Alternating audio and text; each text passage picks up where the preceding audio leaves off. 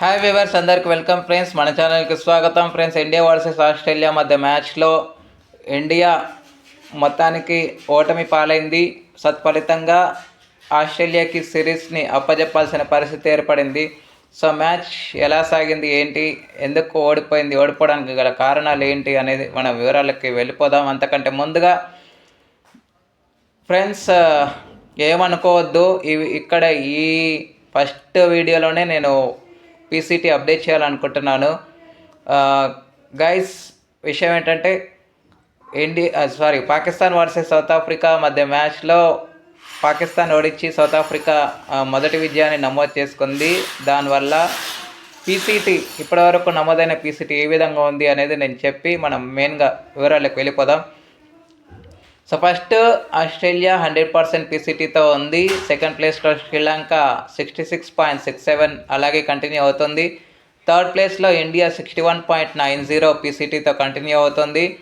Fourth ప్లేస్లో పాకిస్తాన్ 50.00, అంటే second ప్లేస్లో నుంచి ఫోర్త్ ప్లేస్కి దిగజారింది అని చెప్పుకోవచ్చు పాకిస్తాన్. అండ్ ఇక సౌత్ ఆఫ్రికానే ఫోర్త్ ప్లేస్లో ఉంది 50.00తో. పాకిస్తాన్ ఫిఫ్త్ ప్లేస్కి పడిపోయింది, అంటే 3 స్థానాలు కోల్పోయిందని చెప్పుకోవచ్చు. సో ఆ టీంకి కూడా సేమ్ 50.00 పీసీటీ ఉంది. ఇక నెక్స్ట్ ఇంగ్లాండ్ 43.33 ఉంది. నెక్స్ట్ వచ్చేసి 7th ప్లేస్లో బంగ్లాదేశ్ 16.67.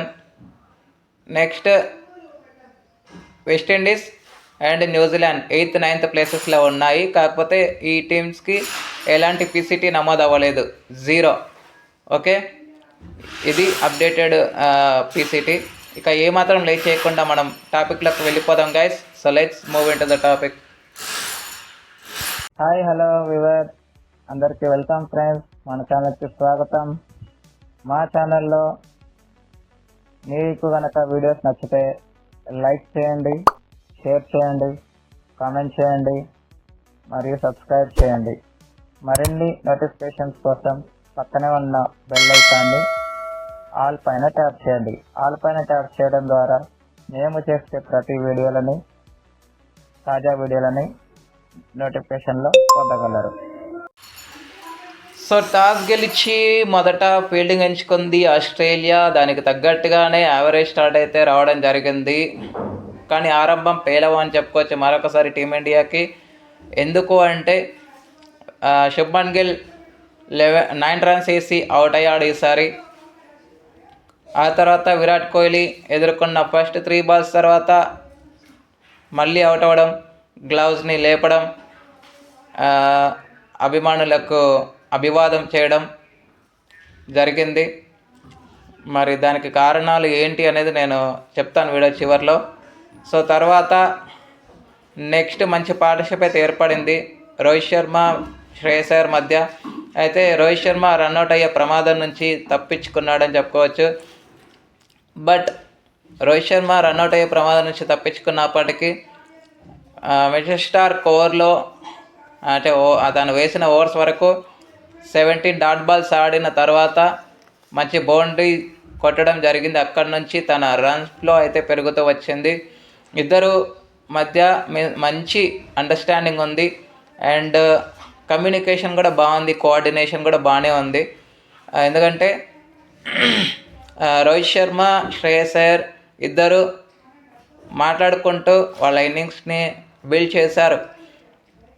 ఎవరిని అటాక్ చేయాలి, ఎవరిని జాగ్రత్తగా ఆడుకోవాలి, ఎవరి బౌలింగ్లో రన్స్కి వెళ్ళాలి, రన్నింగ్ బిట్వీన్ ద వికెట్స్ చేయాలి అని ప్రతిదీ మాట్లాడుకొని మంచి కోఆర్డినేషన్ కూడా నడిచింది. దానివల్లే మంచి పార్ట్నర్షిప్ కూడా వచ్చింది. అయితే స్కోర్ బోర్డు స్లోగా మూవ్ అవుతున్న టైంలో 2 సిక్సర్లు కొట్టేసి రోహిత్ శర్మ 40sలోకి మూవ్ అయిన తర్వాత మంచి సింగిల్తో తనదైన స్టైల్లో హాఫ్ సెంచరీని నమోదు చేసుకున్నాడు రోహిత్ శర్మ. చాలా రోజుల తర్వాత ఫస్ట్ మ్యాచ్లో ఫెయిల్ అవ్వచ్చు, కానీ సెకండ్ మ్యాచ్లో మాత్రం హాఫ్ సెంచరీతో కదం తప్పడం అయితే జరిగింది. అదేవిధంగా తను హాఫ్ సెంచరీ చేసినప్పటికీ ఎక్కడ కూడా తగ్గలేదని చెప్పుకోవచ్చు. మంచి అండర్స్టాండింగ్తో రన్స్ చేయడం. బట్ 74 రన్స్ వేసి అవుట్ అయ్యాడు. 74 రన్స్ వేసి అవుట్ అయిన తర్వాత 118 పార్ట్నర్షిప్కి తెరపడింది. ఆడెన్ జాంపా బౌలింగ్లో అవుట్ అవ్వడం జరిగింది. ఆ తర్వాత శ్రేయస్ అయ్యర్ కూడా రోహిత్ శర్మ అవుట్ అయిన కొద్దిసేపటికే తను కూడా అవుట్ అయ్యాడు 61 రన్స్ వేసి. అక్షర్ పటేల్కి తను ఉన్నంతసేపు మంచి కంపెనీ అయితే ఇవ్వడం జరిగింది, కానీ వెళ్ళిపోవడం జరిగింది. బట్ అక్షర్ పటేల్, కేఎల్ రాహుల్ మధ్య ఒక లిటిల్ పార్ట్నర్షిప్ వచ్చినప్పటికీ కేఎల్ రాహుల్ ఎక్కువసేపు క్రీజ్లో టైం స్పెండ్ చేయలేకపోయాడు. 4 కొట్టిన నెక్స్ట్ బాల్కి వేరే షాట్కి ట్రై చేయాలని పోయి తను ఊహించని బాల్ సర్ప్రైజ్ అయ్యాడు. ఫ్లిమర్ వేయడం ద్వారా క్లీన్ బౌల్డ్ అయితే అవ్వడం జరిగింది కేఎల్ రాహుల్. సో 11 రన్స్ వేసి తను కూడా అవుట్ అయ్యాడు. వాషింగ్టన్ సుందర్ కూడా కొంచెం సపోర్ట్ ఇచ్చాడు, కానీ 44 రన్స్కి అక్షర్ పటేల్ కూడా వెనుదిరగాల్సి వచ్చింది. తను వెనుదిరిగిన కొద్దిసేపటికే వాషింగ్టన్ సుందర్ కూడా 12 రన్స్ వేసి అవుట్ అయ్యాడు. మంచి 39 రన్స్ పార్ట్నర్షిప్ కూడా వచ్చింది. బట్ 220+ స్కోర్ వచ్చిన తర్వాత 8 వికెట్స్ కోల్పోయింది టీమిండియా. 250, 260కి అయినా ఏమైనా చేరుకుంటుందా అనుకుంటున్న టైంలో హర్షిత్ రాణా, హర్షదీప్ సింగ్ ఒక పెద్ద సాహసమే చేశారు. హర్షిత్ రాణాకి మంచి సపోర్ట్ రోల్ పోషించాడు. తన మీద ప్రెషర్ రిలీవ్ అవ్వడానికి కూడా మంచి పార్ట్నర్షిప్ చేసి హర్షిత్ రాణా కూడా ఒక 4 4s కొట్టడం జరిగింది. దానివల్ల తను 24 రన్స్ వేశాడు. హర్షదీప్ సింగ్ మాత్రం 13 రన్స్ వేశాడు. లాస్ట్ ఓవర్లో తను వెనుదిరగాల్సి వచ్చింది. సో టోటల్గా 264 రన్స్ అయితే స్కోర్ చేయగలిగింది ఇండియా.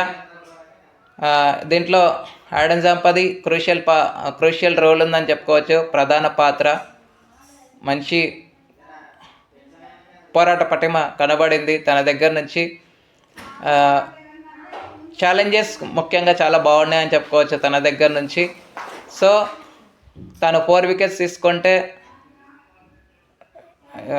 బౌలర్ 3 వికెట్స్ తీసుకున్నాడు. ఆ తర్వాత మిచెల్ స్టార్క్ 2 వికెట్లు తీసుకున్నాడు. ఈసారి హెజల్వుడ్కి అయితే 1 వికెట్ కూడా రాలేదు, రాసి పెట్టలేదు. ఆ తర్వాత లక్ష్య ఛేదనకు దిగిన ఆస్ట్రేలియాకి మాత్రం మంచి స్టార్ట్ అయితే వచ్చింది, బట్ స్టార్స్ని యూటిలైజ్ చేసుకోలేకపోయారు. మిచెల్ మార్ష్ 11 రన్స్కి అవుట్ అయ్యాడు. లాస్ట్ మ్యాచ్లో చివరి వరకు ఉండి తన జట్టుకు విజయాన్ని అందించినటువంటి మిచెల్ మార్ష్ ఈసారి అవుట్ అవ్వడం జరిగింది 11 రన్స్కి. ఆ తర్వాత 30 దగ్గర ఫస్ట్ వికెట్ పడిన తర్వాత మళ్ళీ 54 దగ్గర ట్రావిస్ హెడ్ 28 రన్స్ వేసి అవుట్ అయ్యాడు. ఈ క్రమంలో మంచి పార్ట్నర్షిప్ ఏర్పడింది. మార్కస్ షాట్ అండ్ కమెల్ మధ్య మంచి పార్ట్నర్షిప్ ఏర్పడింది. బట్ మార్కస్ షాట్ 74 రన్స్ వేశాడు. మంచి హాఫ్ సెంచరీతో కథం తక్కాడు. ఇద్దరి మధ్య 55 రన్స్ పార్ట్నర్షిప్ వచ్చింది. ఆ తర్వాత ఈయన కూడా 74 రన్స్ వేసి అవుట్ అయిన తర్వాత వెన్షాతో కలిసి, మిచెల్ అవన్తో కలిసి ఒక లిటిల్ పార్ట్నర్షిప్స్ చేశాడు. అదే కొంత జట్టుకి ప్రధాన కారణం అని చెప్పుకోవచ్చు. మన వాళ్ళు అడపదడప కొన్ని క్యాచెస్ కూడా డ్రాప్ చేశారు. కాకపోతే వికెట్స్ అయితే కన్సిస్టెన్సీగా తీసుకుంటూ వెళ్ళినప్పటికీ చివరిలో తడబడింది టీమిండియా అని చెప్పుకోవచ్చు. 60 దగ్గర 8 వికెట్ కోల్పోయిన తర్వాత, అంటే 260 దగ్గర 8 వికెట్ కోల్పోయిన తర్వాత ఏం చేయాలో అర్థం కాలేదు. ఇక టోటల్గా కొట్టాల్సింది జస్ట్ 5 రన్స్ కాబట్టి లాంఛనాన్ని పూర్తి చేశారు. ఎందుకంటే సెట్ బ్యాటర్ ఇంకా క్రీజ్లోనే ఉన్నాడు కాబట్టి తను 61తో నాట్అవుట్గా ఉండడం వల్ల ఆస్ట్రేలియాకి విజయం సాధ్యపడిందని చెప్పుకోవచ్చు. సో ఇక మన వైపు నుంచి చూస్తే